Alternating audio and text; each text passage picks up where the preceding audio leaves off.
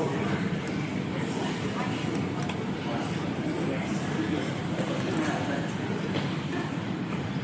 guys, we don't have an hour left. Yeah, I know I get a lot of questions sometimes about practice schedule, stuff like that in high school. When I wrestled at Graham, again, my dad was the head coach. So just going over a practice schedule in the season, what would happen after school, let's say on Monday, after school, our first practice would be after school from, I think we got out at like 2:30, 2:45. We'd start up the practice at 3, we would go for about an hour and a half. In that practice, we'd come in, we'd warm up, we'd drill hard for 5 minutes, 10 minutes, trying to get the sweat broke, and then we'd wrestle live for the rest of the practice. All right, that was our first practice. All right, it was a brutal one. My senior year, I'd probably lose. My dad would have to do it'd be pretty warm in the Graham wrestling room, and I would probably lose 5 to 6 pounds that first practice. All right, after that first practice, I would go home, rehydrate, have dinner, do some homework, and then our second practice, we had 7. That's when we come back in at night. That's where we would go over all the technique that we're doing right now. All right, we did that Monday, we did that Tuesday, we did that Wednesday, we did that Thursday. On Friday, usually we just have our first practice after school, and then the second practice we have to cut weight and come in after being optional. Well, all the second practices are optional, but all the guys will be there. But for Friday, you have to cut weight, we come in on Friday evening. And Saturday we would wrestle. Sunday, we would wrestle at our club where we get some more live matches in, and on Sunday before club and on like Tuesday, we would lift. So we get 2 lifts during the week. So, guys, the only way I know how to get better at wrestling, I've been wrestling my whole life. Right, been involved in the sport for a long time. My dad's been involved in the sport longer, but just the only way I know how to get better at wrestling, you gotta wrestle. All right, you gotta learn technique, you gotta drill hard. You got to do live wrestling. Those are 3 things that if you come in and work hard every single practice, you're going to get better at wrestling. It's inevitable. All right, some people in here, a lot of you guys can be state champs. I truly believe that. I would say the majority of you guys can be state champs. Not everyone can be a state champ, but a lot of you guys can be. All right, to reach your full potential, reach your max potential is coming in, working hard every single practice. So, only way I know how to get better, guys, learn the technique that I've been showing you. All right, head inside single chase the ankle. I promise you that's one more state titles than any other move. My dad's got a lot of state champs. When he was coaching, I would say 99% of them hit that technique that you guys just learned. All right, it looked great. You guys got the technique down. Keep practicing, keep drilling it. When we go live here in a little bit, make sure you hit that technique. So then when you go out in the match, you're confident you can hit it in a match. So what we're going to go to, we had a Graham wrestler on the team. His name was Zach Knight. In junior high, he pinned everyone with this technique. All right, there were two guys that we named technique from. One was Cody Boyd, and one was Zach Knight. All right, both of them hit this technique in junior high. My dad was the head coach, and we're going to go over the Nyberg here. But Zach Nyberg in junior high was pinning everyone with it. My dad didn't really like the technique. He's not really a flashy guy. He likes just the solid head inside single, double leg, head outside single. We're all getting tired. That's how we go for a headlock. And when Zach Nyberg started pinning everyone in junior high, my dad said, "Hey Zach, when you get to high school, it's not going to work anymore.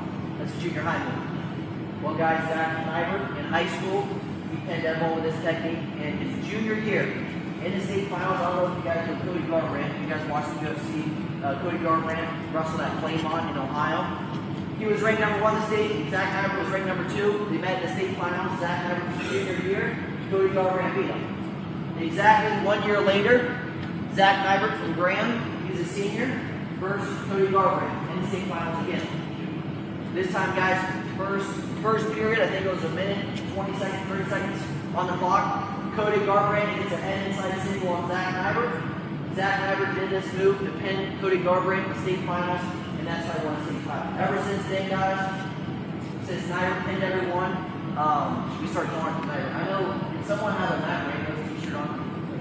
Arthur? All right, Matt Ramos, I don't know if you guys know Spencer Lee, who's won, of course, national titles and lost to Matt Ramos at Indiana. If you watch Purdue, sorry. Yep, if you watch Matt Ramos, he hits this technique a lot. Some people in Indiana call it the Ramos. All right, we call this move the 90. So we get a ton of pins off of it. We can do it offensively and defensively. Most of the time it's defensive. Jackson hits a head inside single. We're going to change it up here. We're going to go on the defense. Jackson hits a head inside single. I'm going to stuff his head, feet back, keep tight waist. I do good technique here, and I catch him out front. This is where I don't let him get that angle. Now guys, once I sprawl, I actually can't do the technique when he's extended because his head's in the way. And I can't do the technique when he's in a good position where he's in a stance. I do the technique as he's trying to pull my leg in, right here, right to catch his elbow. So, I'm sprawling, Jackson has my leg, I can't do it now, but it's alright? I actually let him pull my leg in. Once he starts to pull my leg in, I'm going to take my right hand, I'm going to post on the elbow, and I catch. You guys see that? I get to like a bundle. Left hand gets the elbow.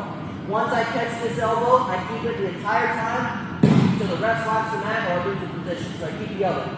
Right hand's going to block his knee, and I'm going to get him to his hip. Here I block, I get him to his hip. Now guys, once I get him to his hip, I'm going to circle in front of his body. I'm going to block my right knee in his face. Very important step there. He's going to keep his hands locked around my leg. There, I'm going to circle, circle, circle. I take a big step over with my left leg, and I put him right to his back. All right, the whole time, I'm keeping the elbow with my hand. Hey guys, this technique, all right, defensively, you'll get the most. A lot of times, I'm sure you guys have been in this situation. You're down by a point. 30 seconds left in the match. You're going after the guy, going after the guy. The guy shoots in and holds onto your leg. Tries to burn the clock. All right, this is what happened with Spencer Lee and Matt Ramos. You watch the match. Spencer Lee dove in, was kind of holding onto the leg. Matt Ramos did, I don't know, something crazy. Put Spencer Lee on his back. But guys, this technique, very similar. Head inside single, he's just holding on, trying to burn the time, slow the match down. All right, you can do a 90. So head inside single again. Head inside single, I'm sprawling. He pulls the leg in, catch the elbow with my left hand. Once I catch this elbow, I'm going to tap the knee. Make sure, guys, I see a lot of guys do this, they keep their hand on the knee. They'll tap, they keep the hand, now guys, tuck the arm. So make sure, once I tap the knee, right hand hook. Now guys, I'm going to circle in front. Another big mistake, keep turning, keep turning, keep turning. If I don't block his face with my right knee, what's going to happen? Jackson can roll, wait one second. He can roll all the way through and he can get to a chase the angle position that we just worked on. So if I don't block his face with my right knee, if I go to take a big step, he can roll with me, and he can end up like a chase the angle. Alright, so make sure your right knee, I'm not going to try to crush him, or give him a play nose or anything, but I'm going to block his face. So head inside single. Here, catch the elbow. Tap the knee, break him down. Right knee, locks his face so he can't roll between my legs. There I circle. Last big mistake I see, guys, that I want you guys to be aware of. Don't keep your leg real close to his body, where you can roll you through. When I go to step, I do a big step, stop the momentum, and then guys, if you guys want to double grapevine, I know David Taylor would go double grapevine and Zach Nyberg would. I like to just post on the side and on my head. Alright, the whole time, keep that up. Hey guys, you can do this defensively, also offensively. At Graham, when my dad would see someone and start to break. We've all seen it. In the match, you see him do this. They break, that's when you get the pin. A lot of our guys would really go to the cement job. Alright, go down. I really like the cement job. Alex Marinelli loved the cement job. Mitch Moore loved the cement job. When the guys broke, I would say, hey, Mick. And I would look over and do this. They say, come out front. Alright, that means he's broke. He's dead tired. Alright, he can't hold on in the match. Now it's time to get points. Now it's time to pin it. What I would like to do, guys, I'd post on the head. I'd circle out front. As the guy starts to build up, he'll start to build up. I'd go to this. I don't know what you guys call this. It's called a cement job. I know guys call it cow catches. Or I don't know what you guys, mouse trap, whatever. We call it a cement job. Take it to his back. That's how I love the pin job. Right, when they're broke. Some guys didn't like a cement job. Right, what they would do, Brett Moore, Eli Stigley, Eli Seifel at Graham, they would say, hey, Seifel, come out front. They would post on the head, they would come out front, this is what they would do. They would drop their left knee right in front of the guy's face. What's the guy going to do when he's tired? He's going to grab the leg. He grabs the leg, You have to catch the elbow, tap the knee, block the face, then take a big step over, so to his back. All right, so you can do this offensively, you're on top, the guy's broke. You can do it defensively, the guy gets a single leg, you get to that button. All right, really, really slick technique. You see a lot of Matt Ramos. I don't know if he's got it for 4 years. I think he's kind of young, but you'll see him in the technique. We call it the knifer, but you get a lot of hits with it. All right, if you're down big, guys hanging on your leg, it's better than trying to headlock or lateral, short time left. Any questions on it? Head inside single knife. One more time. Head inside single. We'll start on our feet. He gets in on my head inside single. I scroll and I beat him so he doesn't get backside. There, I can't do the knife yet. He pulls the leg in. That's when I catch this elbow. Right hand blocks, left hand catches, and I pull it in. Then I tap the knee, get him to his hip, circle in front of him, block the face. Okay, one more thing. Don't keep scrolling your leg back and trying to break the lock. I actually want him to keep his hands locked. So partner, keep your hands locked. I keep my knee bent. I'm not trying to break the lock here. Keep my knee bent so I can step over and pin him. If by chance his lock breaks, usually it's tough to pin him here. I'll most likely just circle and get the takedown. All right, this is what he's saying. Hang on. It's too late to move back. 1, 2, 1, 2.